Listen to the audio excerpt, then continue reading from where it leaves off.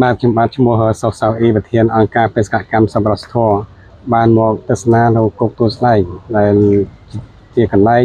ធ្វើទរណកម្មដល់ប្រជាពលរដ្ឋកម្ពុជាយើងក្នុងអំឡុងឆ្នាំ1970ដល់75ដល់79បាទខ្ញុំមានអារម្មណ៍ថាក្រខ្លួននិងមានការសោកសង្រេងយ៉ាងខ្លាំងដែលប្រជាពលរដ្ឋរបស់កម្ពុជាយើងទទួលរងគ្រោះនិងរងនឹងការបលាយពូជសាសន៍អស់ជាង3លាននាក់បាទហើយខ្ញុំសូមថ្លែងអំណរគុណដល់រាជរដ្ឋាភិបាលដែលរក្សានូវសន្តិភាពដើម្បីឲ្យប្រជាពលរដ្ឋរស់នៅដោយសុខសមនីមានការរីកចម្រើននិងសូមអរគុណដល់យុរដ្ឋមន្ត្រីសម្ដេចបវរធិបតីហ៊ុនម៉ាណែតដែលដឹកនាំប្រទេសកម្ពុជាដើម្បីរក្សានូវសុខសន្តិភាពជៀសវាងពីការវិលត្រឡប់នៅរបបបល្ល័ង្កពូជសាសន៍បាទសូមអរគុណ